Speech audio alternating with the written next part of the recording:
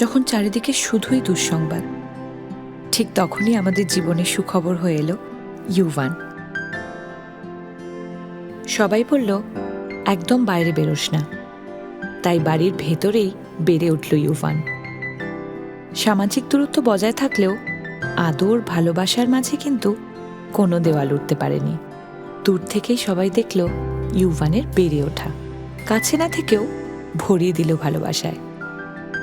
Lockdown হলেও ওর বেড়ে ওঠার জন্য যা যা দরকার তার কোনো কিছুই থেমে থাকেনি, বরং উল্টোটাই হলো।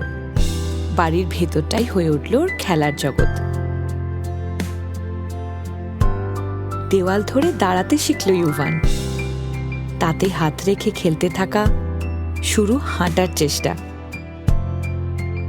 আজ এই 4 দেওয়ালের মাঝেই খেলে বেড়াচ্ছে ইউভান।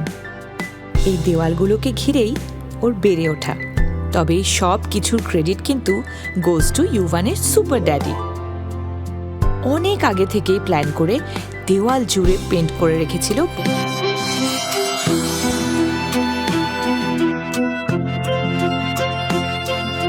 আমাদের বাড়ি আজ সুরক্ষিত, ইউভানের ভবিষ্যৎও